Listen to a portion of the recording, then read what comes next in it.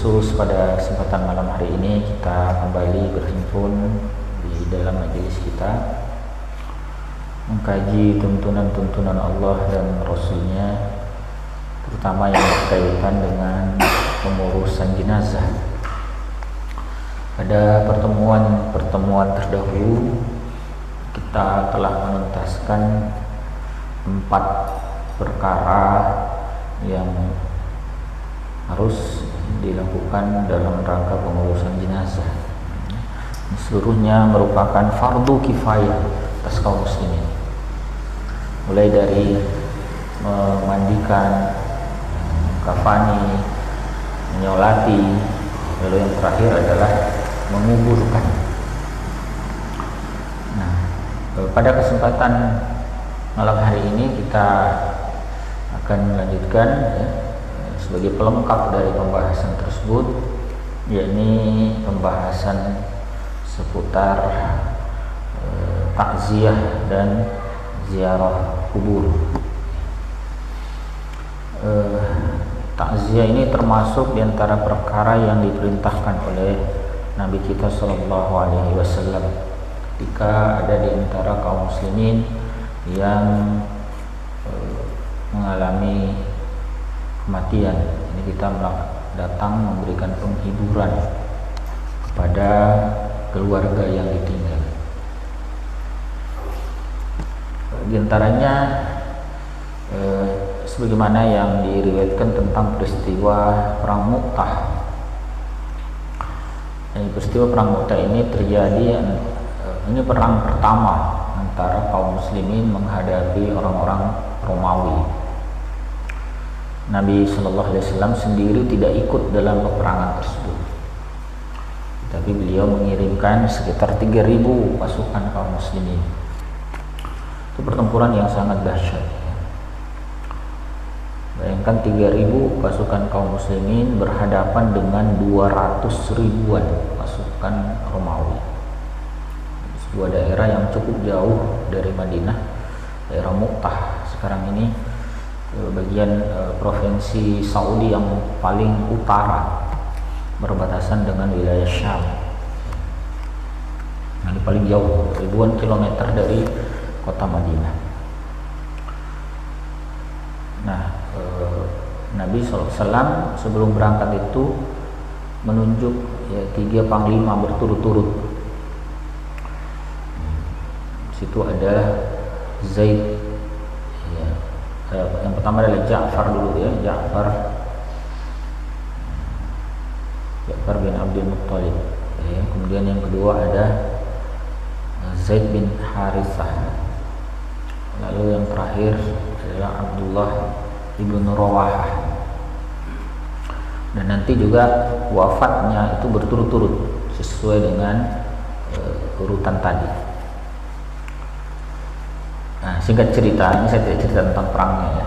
Perangnya bisa dibaca ya, karena memang pembahasan kita malam hari ini bukan tentang sirah nabawiyah.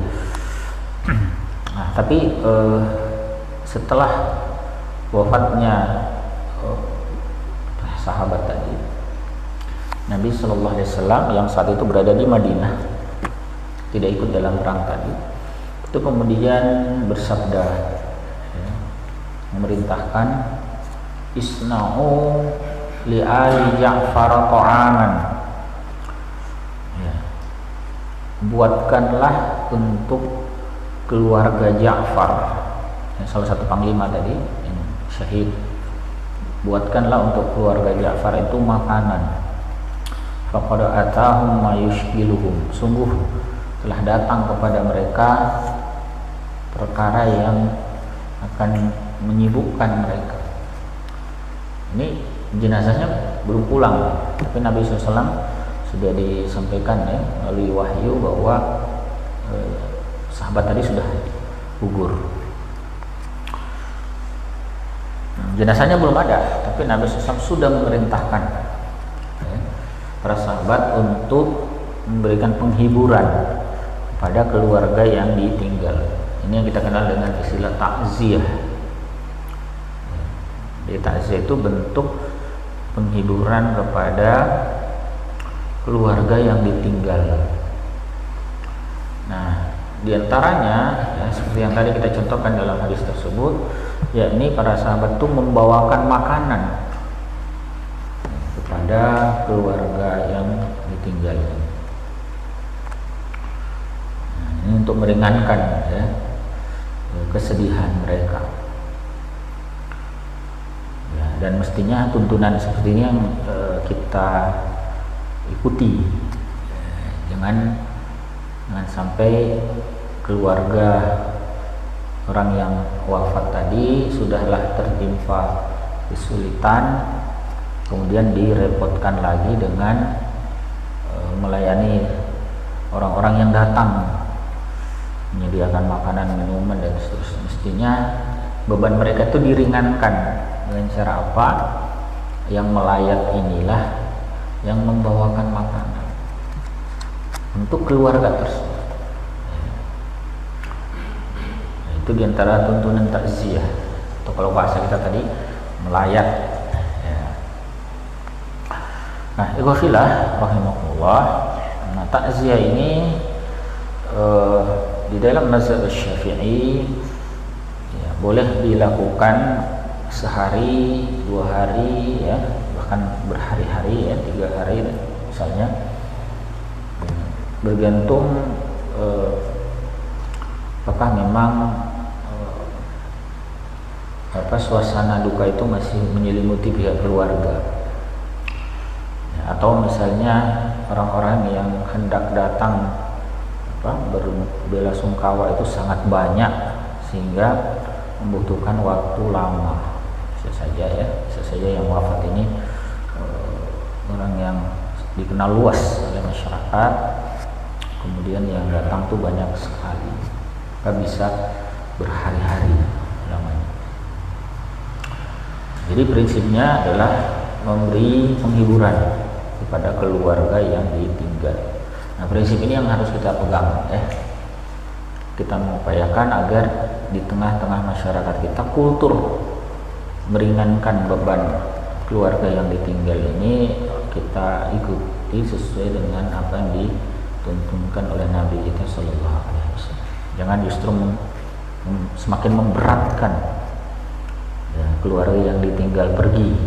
Apalagi kalau misalnya bayangkan kalau yang meninggal itu tulang punggung keluarga ya, yang mengurusi, yang menafkahi ya, dan tentu ini pukulan yang sangat keras bagi keluarga yang ditinggal. Nah, jangan sampai kita merepotkan lagi dengan hal-hal yang membebani. Justru yang datang bertakziah inilah yang sepatutnya meringankan, karena tujuan takziah itu meringankan beban ya, diantaranya memberi penghiburan ya, bisa berupa pesan-pesan moral ya, atau material juga ya, diberi santunan atau diberi makanan ya, dan seterusnya. Baik, kafila rahimakumullah. Kemudian ada juga tuntunan yang lain ya, berkaitan sebagai pelengkap dari pembahasan tentang jenazah ini, yakni tentang ziarah kubur. Ini juga diajarkan oleh Nabi kita Shallallahu Alaihi Wasallam. Ya, misalnya dalam hadis riwayat Imam Muslim, beliau menyampaikan, "Kuntu nahaitukum an ziyaratil kubur, fal'ana fazuruha." Dahulu aku pernah melarang kalian melakukan ziarah kubur. Masa-masa awal Islam itu memang Nabi SAW pernah melarang kaum muslim. Awal-awal masuk Islam itu pemahaman-pemahaman lama itu masih ada ya, misalnya bagaimana pengagungan mereka terhadap leluhur ya, dan ini dikhawatirkan bisa merusak akidah.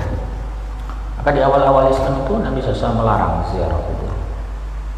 Nanti belakangan ya, para ulama menjelaskan ketika keimanan kaum muslimin itu sudah kokoh, tidak lagi dikhawatirkan pemahaman jahiliyah itu terbawa-bawa, maka kemudian Nabi SAW justru memerintahkan fazuruha, maka ziarahilah kubur itu.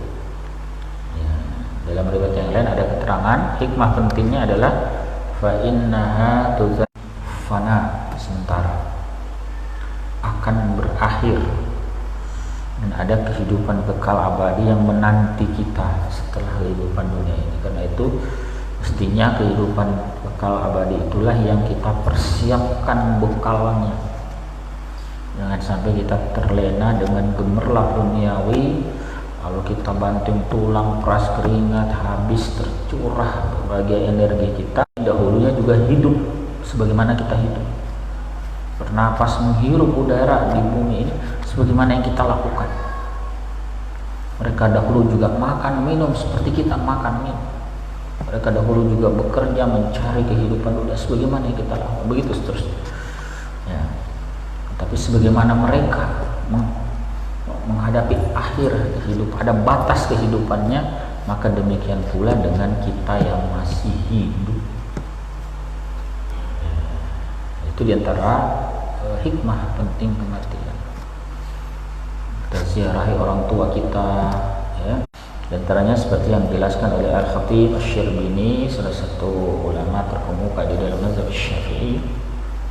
Dalam kitab beliau As-Sirajul Munir, beliau katakan wa yanbaghi liman zarul kubur, sepatutnya bagi orang yang berziarah kubur ayyata'addaba bi'adabiha wa yahdura qalbahu fi ityaniha.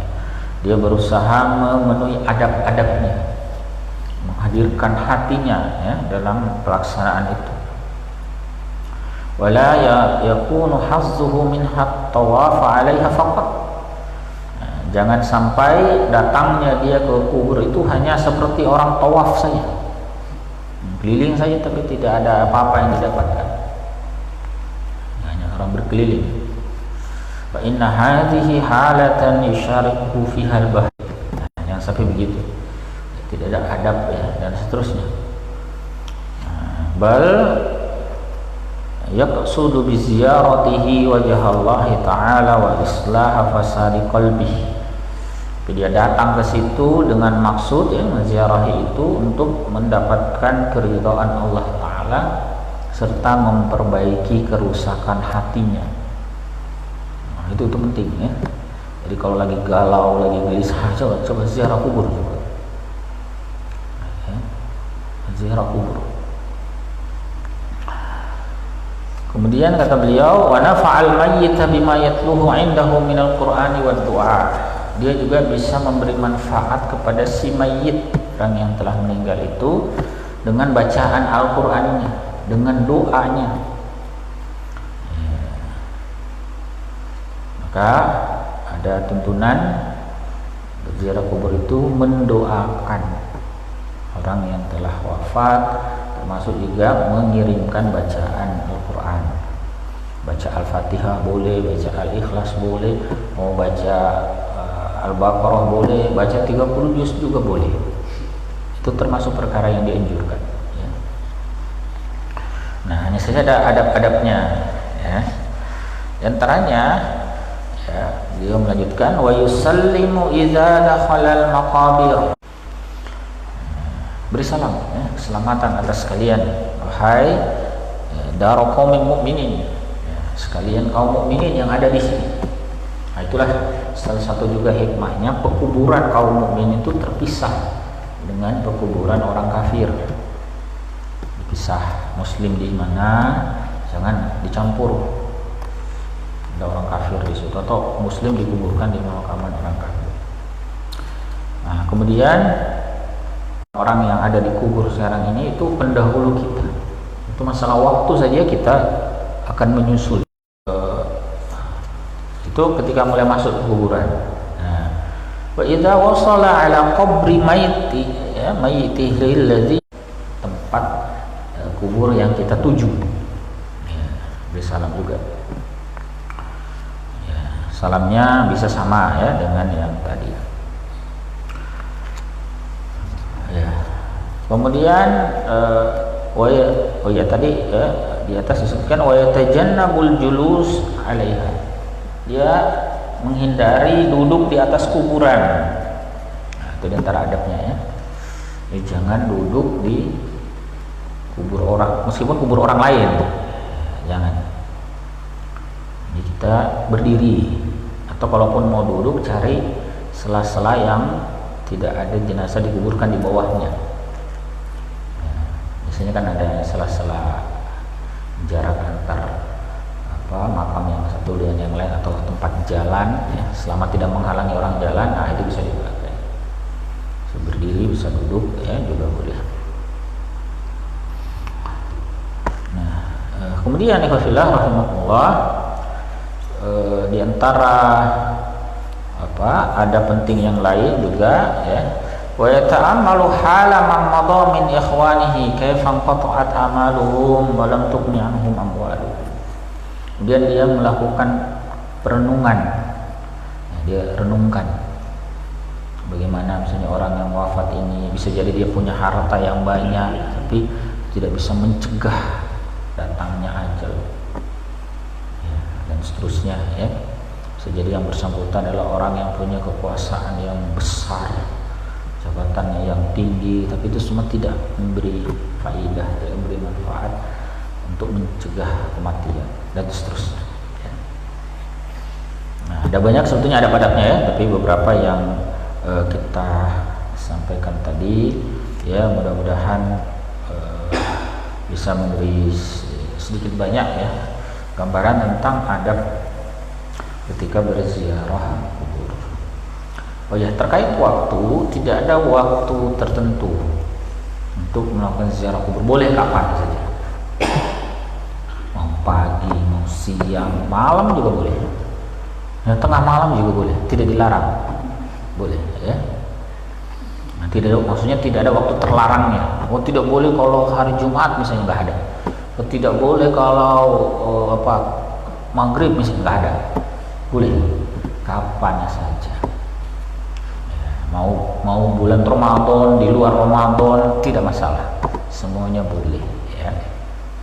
Nabi kita Shallallahu Alaihi Wasallam menjelang wafat, beberapa pekan sebelum wafatnya beliau, itu beliau sering bolak-balik berkunjung ke kompleks pemakaman Baqi yang ada di samping Masjid Nabawi ya, sekarang ini. Beliau sering itu bolak-balik beberapa waktu sebelum wafat. Jadi boleh kapanpun ya. Allahu a'lam bishawab. Itu dulu ya bos sekalian, sebagai pengantar awal kita berkaitan dengan dua pelengkap pembahasan tentang penyelenggaraan jenazah, yakni tentang takziah, kemudian tentang ziarah kubur. Allahu a'lam bishawab. Seperti biasa, kalau ada hal-hal yang kurang dipahami, yang mengganjal, kita bisa pertajam di sesi diskusi. Silahkan kalau ada ya. Kalau ada online boleh dibacakan, atau kalau ada yang di majelis masjid ini boleh disampaikan. Saya sambil minum ya, nanti kalau ada boleh langsung disampaikan. Terutama tentang takziah dan ziarah kubur. Atau kalau ada tentang penyelenggaraan jenazah yang kemarin ya, dari memandikan, mengafani ya, menyolati, menguburkan juga boleh, karena ini pertemuan terakhir kita tentang pengurusan jenazah ya. Allah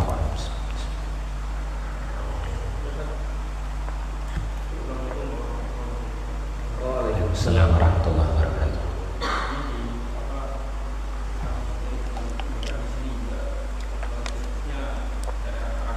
Agak keras sedikit suaranya, saya agak kurang mendengar di daerah sini. Di kampung saya di Tubagu, bahkan di sini khususnya daerah Keran, itu ketika ada orang yang meninggal, itu para ibu-ibu itu mereka membawakan beras ke rumah yang meninggal itu. Nah, ada yang mengatakan bahwa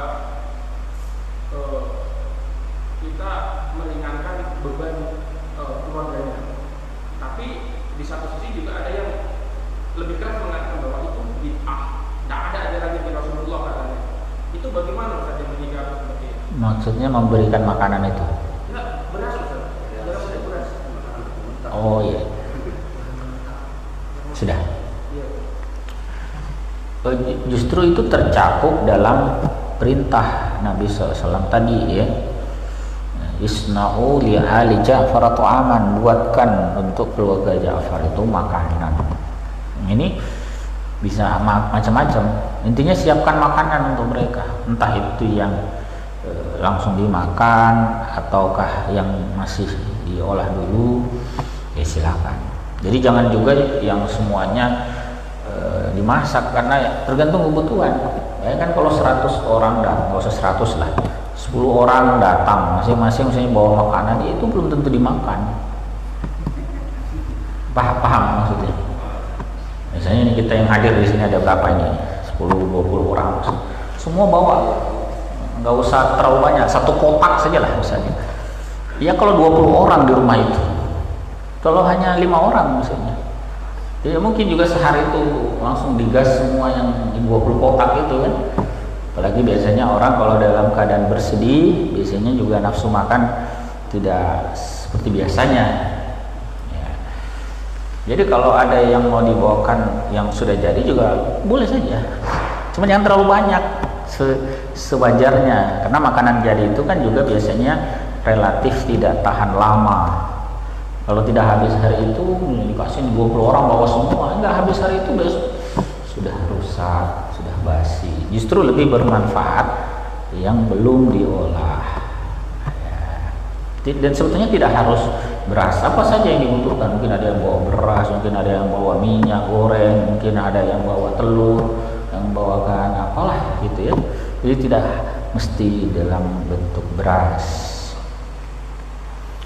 Jadi juga saya lihat di satu tempat itu biasanya ibu-ibu ya, itu langsung dipenuhkan kulkasnya, penuhkan semua kira-kira untuk 1-2 minggu, sehingga yang bersangkutan tidak perlu repot lagi keluarganya itu mencari bahan makanan misalnya. Jadi isi penuh. Boleh juga, saya pikir itu juga termasuk hal yang sangat membantu ya keluarga yang ditinggal.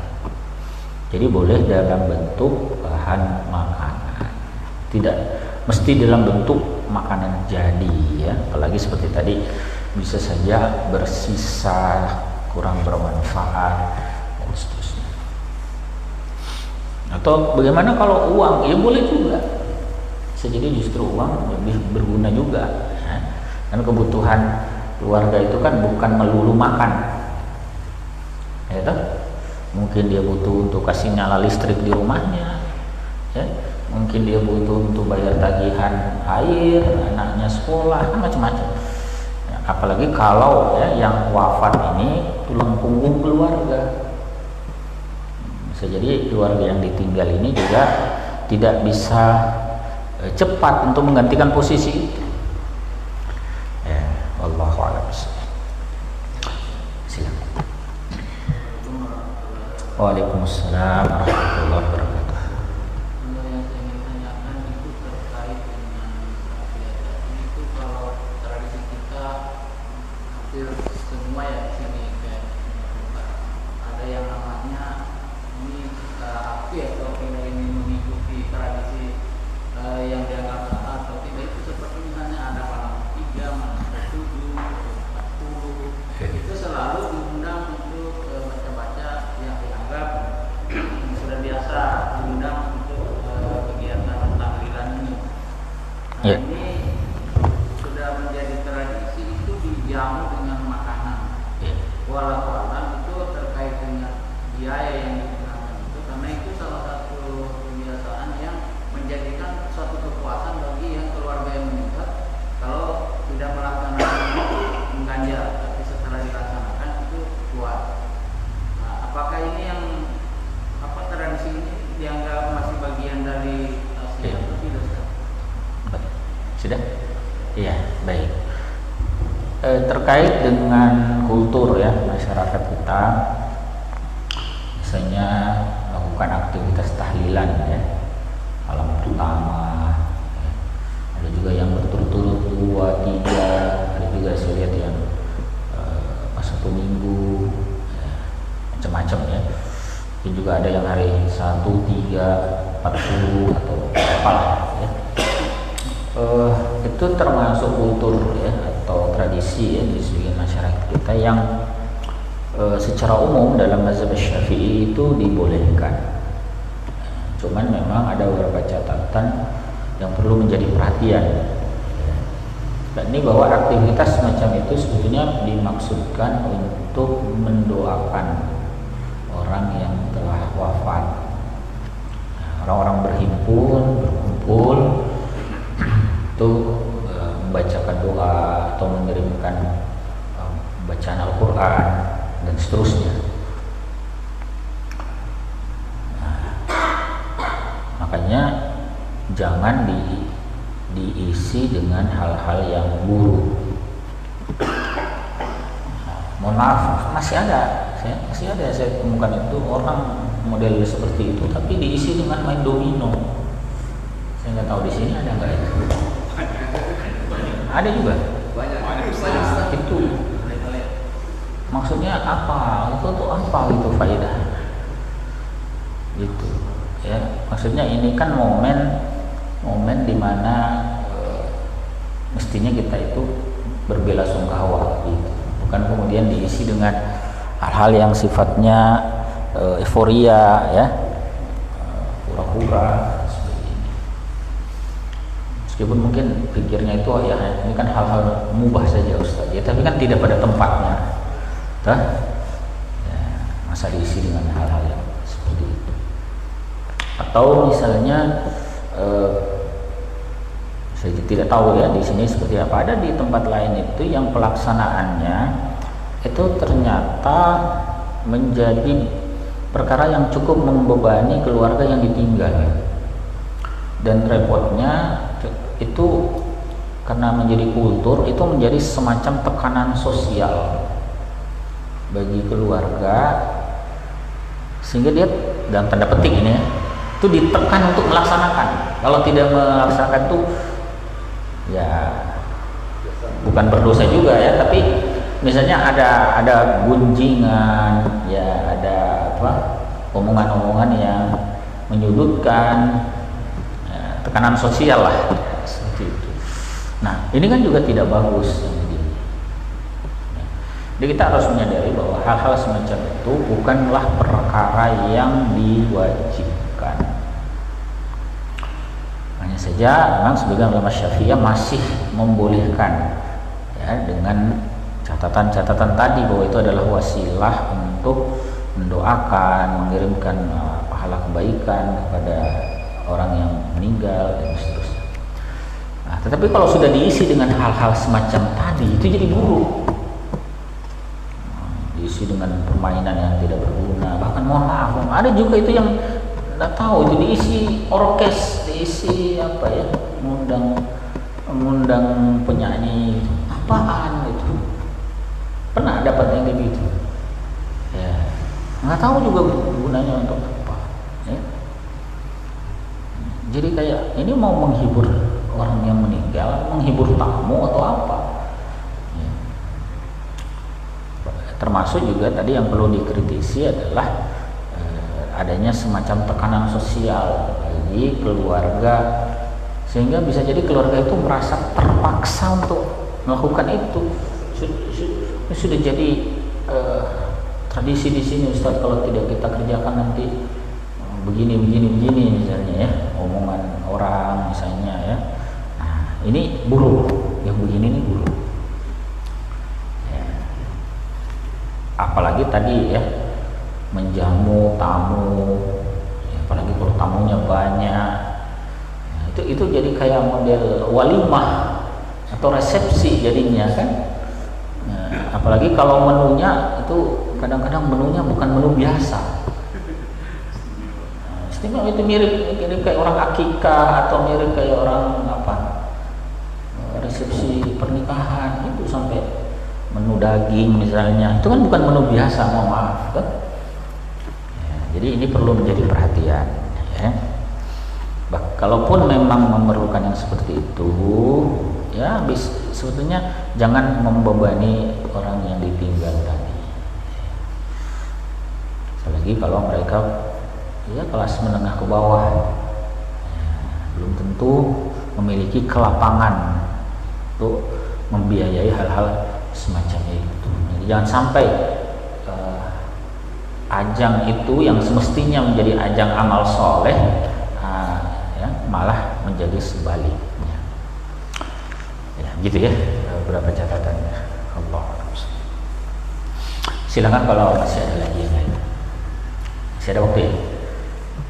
Masih lah ya? Ya, silakan. Kalau masih ada berkaitan dengan yang sudah kita bahas. Silakan Pak. Silakan. Oh. Waalaikumsalam warahmatullahi wabarakatuh.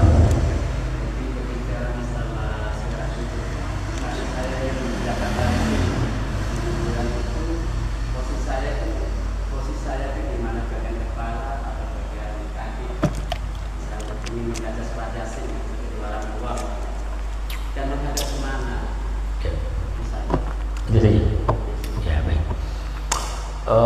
Sebetulnya ketika kita datang itu tidak ada keharusan menghadap ke arah tertentu, harus begini, harus tidak ada sebetulnya.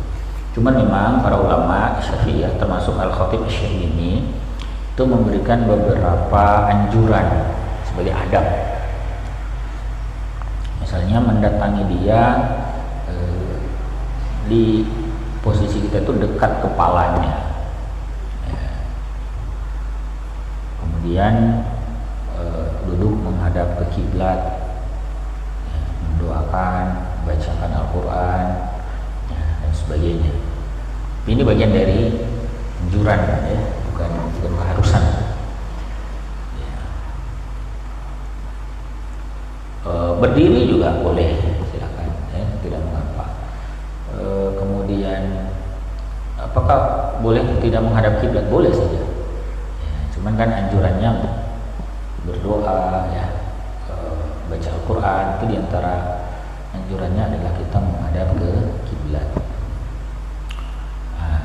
Nah, agar kita tidak membelakangi jenazah, maka kita berada di posisi, ya, misalnya gini, ini kan kiblat kita di belakang nih, kiblat kita di belakang. Jenazah itu kan pasti dihadapkan ke kiblat, mestinya, kan?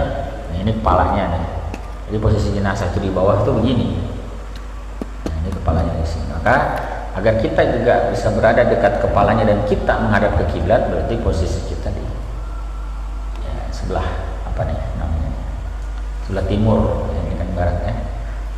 Jadi kita nanti menghadap ke yang bersangkutan sekaligus juga menghadap ke kiblat. Allahu a'lam. Masih ada lagi yang lain? Ya, silakan. Waalaikumsalam warahmatullahi wabarakatuh. Misalnya tadi berkaitan dengan adab yang disampaikan tentang larangan duduk di atas kuburan, misalnya. Apakah yang dimaksud dengan atas kuburan itu, misal kalau kayak kuburan-kuburan sekarang itu kan banyak yang dibuat fondasi. Nah, apakah duduk di fondasi pinggirnya itu juga sudah termasuk atas kuburan, atau yang dimaksud atas kuburan itu pas di atasnya, di tengahnya mungkin? Jawabannya termasuk. Jadi semua bagian yang dianggap sebagai kuburan itu terkena larangan tersebut. Gitu ya. Jadi yang penting, oh ini areal makamnya di sini, itu semua areal makam. Oh iya, satu lagi saya tambahkan, saya tadi belum sampaikan. Di dalam mazhab Syafi'i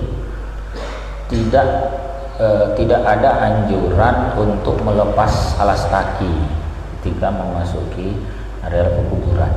Itu di mazhab Syafi'i. Memang ada sebagian mazhab, ya, seperti mazhab Hambali, itu menganjurkan, tapi di mazhab Syafi'i tidak, ya. Jadi tidak dianjurkan melepas alas kaki ketika memasuki kompleks pekuburan. Jadi boleh tetap memakai alas kaki, boleh. Gitu ya. Kalau dilepas boleh juga enggak? Ya boleh juga kalau mau dilepas, tapi tidak dianjurkan. Tidak dilarang juga. Kalau ada yang melepas juga tidak perlu dilarang. Nggak usah lepas, nah, misalnya. Ya kalau orang mau lepas ya enggak, ya. Hanya saja tidak dianjurkan. memakainya boleh, ya, silakan.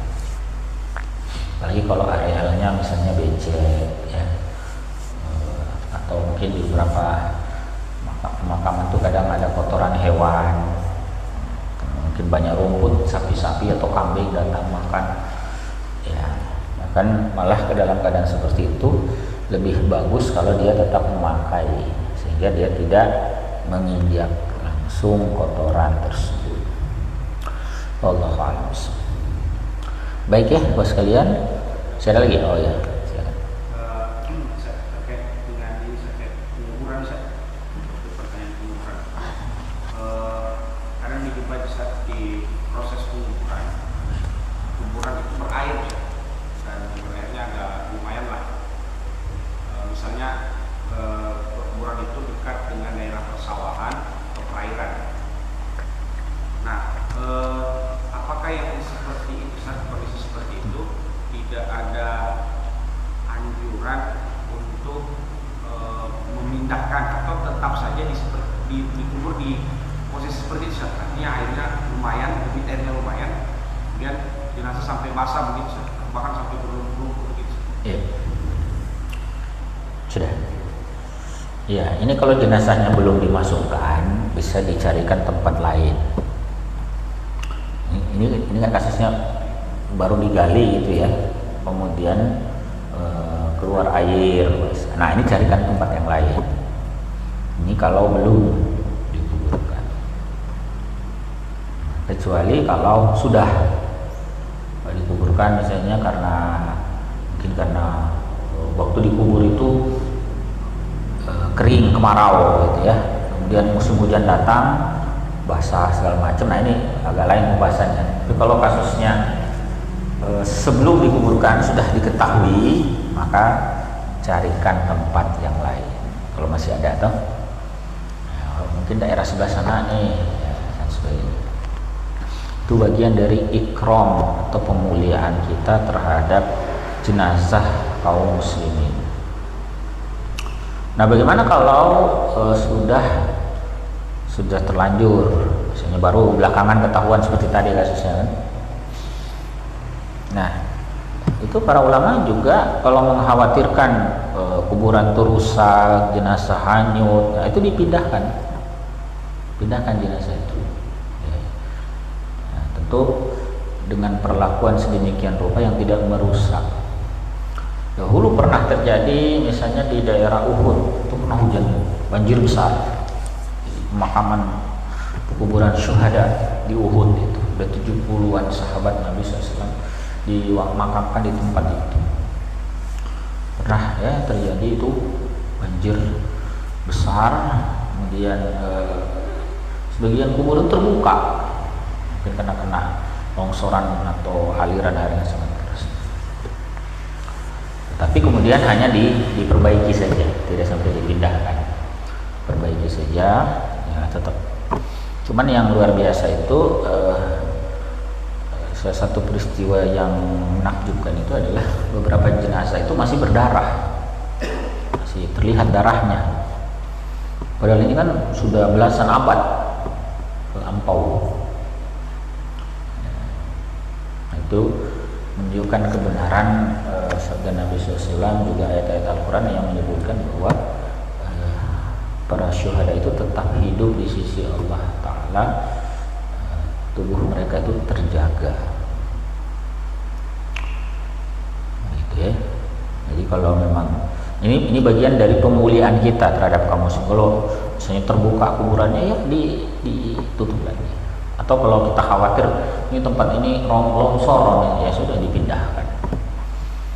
Nah, bisa saja awalnya dia aman, mungkin sekian puluh tahun kemudian ada penebangan hutan di mana kena banjir atau longsor, sebagian tanahnya ada yang hilang, terbuka dan seterusnya, maka perlu diperbaiki. Ini sekali lagi sebagai bagian dari ikram, pemuliaan kita terhadap jenazah kaum muslimin.